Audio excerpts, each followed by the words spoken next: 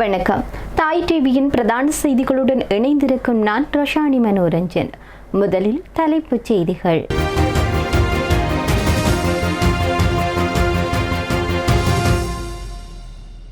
நிலக்கரி விநியோகஸ்தரின் 9 பில்லியன் ரூபாய் முடக்கம், மக்களுக்கு பாதிப்பில்லை என்று அமைச்சர் பிமல் ரத்நாயக்க உறுதி. பலசக்தி அமைச்சுக்கு புதிய செயலாளரை நியமித்த ஜனாதிபதி. அமைச்சர் காலம் தாழ்த்தியே பதவி விலகியுள்ளார். நாமல் ராஜபக்ஷ தெரிவிப்பு. அரசியல் தீர்வுதான் நாட்டின் எதிர்காலம், ஸ்ரீநேசன் எம்பி திட்டவட்டம். ஈரானுக்கு அமெரிக்கா விடுத்த பகிரங்க எச்சரிக்கை. ஹார்முஸ் நீர்நிலையை பாதுகாக்க சர்வதேச கடற்படை. ஐரோப்பிய நாடுகளின் புதிய திட்டம். இனி விரிவான செய்திகள்.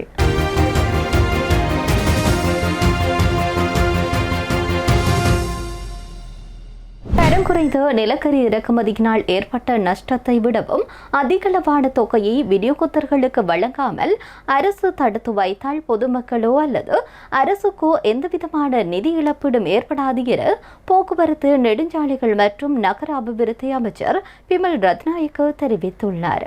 அரசாங்க தகவல் திணைக்களத்தில் நேற்று நடைபெற்ற விசேட ஊடக சந்திப்பில் கலந்து கொண்டு கருத்து தெரிவிக்கின்ற போது அமைச்சர் இதனை தெரிவித்திருக்கின்றார்.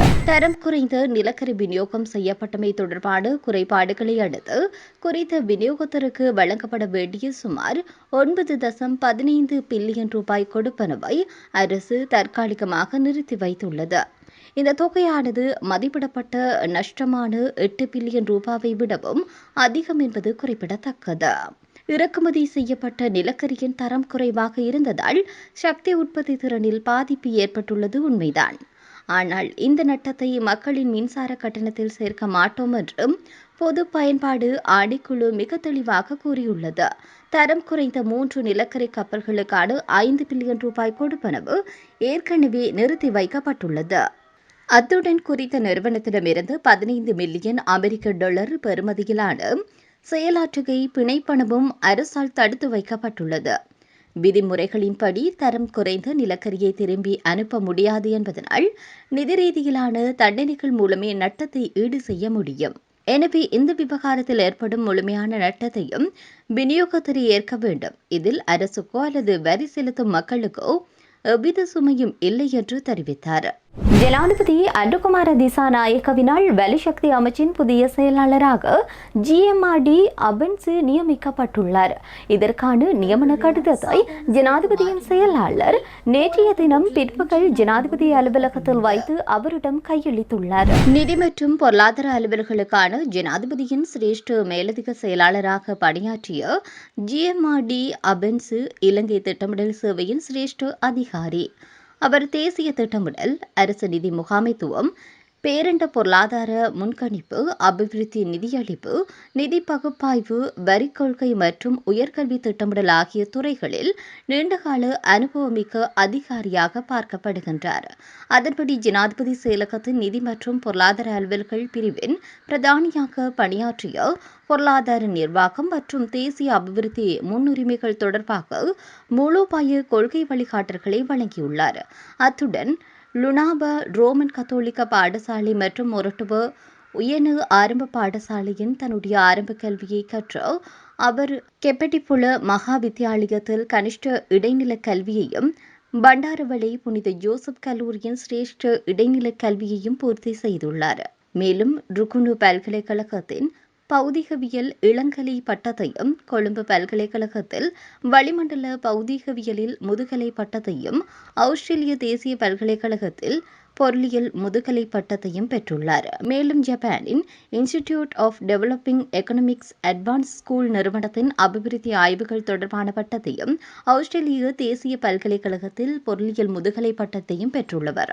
இவருடைய சேவை காலத்தின் போது தேசிய திட்டமிடல் திணைக்களம், தேசிய வரவு செலவு திட்ட திணைக்களம் மற்றும் உள்நாட்டு இறைவரி திணைக்களம் உள்ளிட்ட பல பிரதான நிறுவனங்களிலும் கல்வி அமைச்சிலும் பணியாற்றியுள்ளார். இதற்கு மேலதிகமாக அவர் ருகுணு பல்கலைக்கழகத்தின் பௌதிகவியல் துறை உதவி விரிவுரையாளராக பணியாற்றியுள்ளதுடன் இலங்கை அபிவிருத்தி நிர்வாக நிறுவனத்தின் திட்டமிடல் மற்றும் அபிவிருத்தி பொருளியல் துறைக்கான வருகை தரு விரிவுரையாளராகவும் சிரேஷ்ட ஆலோசகராகவும் பணியாற்றியுள்ளார். இதேவேளையில் கொழும்பு பல்கலைக்கழகத்தின் மனிதவள மேம்பாட்டு நிறுவனத்தின் முதுகலை பாடநெறிகளுக்கான திட்டமிடல் முகாமைத்துவம் தொடர்பான தொடர்பான வருகை தர விரிவுரையாளராகவும் அவர் கடமையாற்றியுள்ளார்.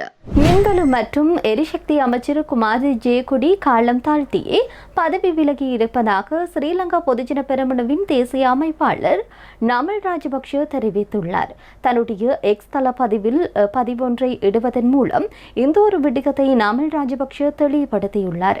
அமைச்சரின் பதவி விலகலை ஏற்றுக்கொள்வதாக அவர் தெரிவித்திருந்தமையும் குறிப்பிடத்தக்கது.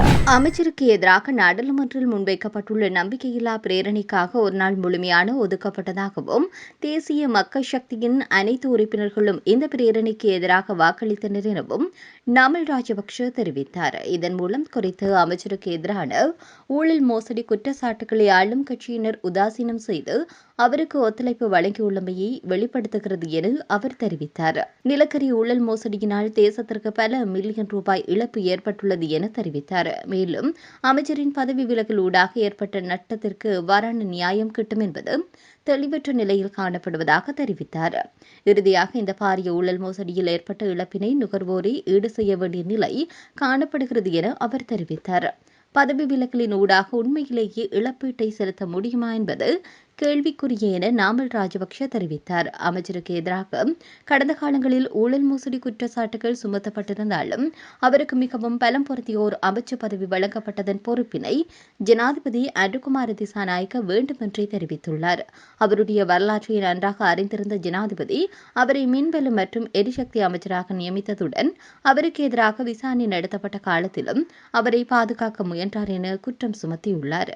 இந்த பாரிய நட்டத்திற்கு ஜனாதிபதியும் நேரடியாக பொறுப்பு கூற வேண்டும் என நாமல் ராஜபக்ஷ தெரிவித்தார். குறையோடி போயுள்ள இனப்பிரச்சினைக்கு நிலையான அரசியல் தீர்வு எட்டப்பட்டால் மாத்திரமே இலங்கைக்கு வளமான எதிர்காலம் அமையும் என்று இலங்கை தமிழரசு கட்சியின் மட்டக்களப்பு மாவட்ட நாடாளுமன்ற உறுப்பினர் ஞானமுத்து சிறிநேசன் தெரிவித்துள்ளார்.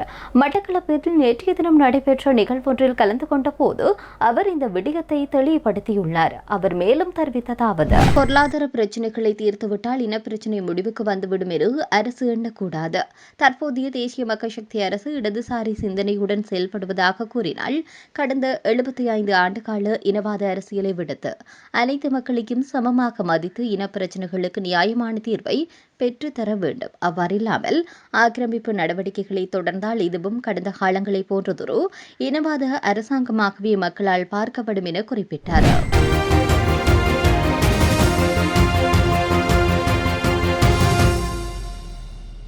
ஈரானிய துறைமுகங்களில் உள்ள ஒவ்வொரு கப்பலையும் அமெரிக்க படைகள் தீவிரமாக கண்காணித்து வருவதாக அமெரிக்க மத்திய கட்டளையகத்தினுடைய தளபதி அட்மிரல் பிராட் கூப்பர் எச்சரித்திருக்கின்றார். மத்திய கிழக்கு பிராந்தியத்தில் அமெரிக்க படைகள் மிகுந்த விழிப்புணர்வுடன் இருப்பதாகவும் ஈரானின் ஒவ்வொரு நகர்வையும் உன்னிப்பாக கவனித்து வருவதாகவும் குறிப்பிட்டுள்ளார். ஈரானின் கடல்வழி வர்த்தகம் மற்றும் ராணுவ கப்பல்களின் நடமாட்டத்தை முழுமையாக கட்டுப்படுத்தும் நோக்கில் இந்த தீவிர கண்காணிப்பு நடவடிக்கை முன்னெடுக்கப்பட்டுள்ளதாக தெரிவிக்கப்படுகிறது. இதேவேளையில் அமெரிக்க கடற்படை முற்றுகை தொடர்வதை போர் நிறுத்த மீறல்களாக ஈரான் கருதுகிறது என்றும் முற்றுகை நீக்காவிட்டால் ஹார்முஸ் நீரிணையை மீண்டும் மூடும் என்றும் உச்ச தேசிய பாதுகாப்பு குழுவிற்கு நெருக்கமான தகவல் அறிந்த வட்டாரத்தை மேற்கோள் காட்டி IRGC-யுடன் தொடர்புடைய ஊடகங்கள் செய்தி வெளியிட்டுள்ளன. ஹார்முஸ் நீரிணையின் கப்பல் போக்குவரத்தின் பாதுகாப்பை உறுதி செய்வதாக புதிய சர்வதேச கடற்படை ஒன்றை உருவாக்கும் நோக்கில் பிரான்ஸ் மற்றும் பிரித்தானியா ஆகிய நாடுகள் இணைந்து பாரிஸில் உள்ள எல்லிசி ஜனாதிபதி மாளிகையில் விசேட மாநாடு ஒன்றை நடத்தியுள்ளனர். ஐரோப்பாவில் எரிபொருள் தட்டுப்பாடு, விலைவாசி உயர்வு மற்றும் விமான சேவைகள் ரத்து செய்யப்படும் அபாயம் ஏற்பட்டுள்ள நிலையில் உலக பொருளாதாரத்தை ஈரான் பணிய கைதியாக வைத்துள்ளதாக பிரித்தானிய பிரதமர் தெரிவித்திருக்கின்றார். இந்த படைக்கான ராணுவ திட்டமிடல் ஏற்கனவே ஆரம்பிக்கப்பட்டுள்ளதாகவும் பிரான்ஸ் மற்றும் பிரித்தானிய பாதுகாப்பு தரப்புகள் தெரிவித்துள்ளன. இத்துடன் தாய் டிவியின் பிரதான செய்திகள் நிறைவடைகின்றன. நன்றி.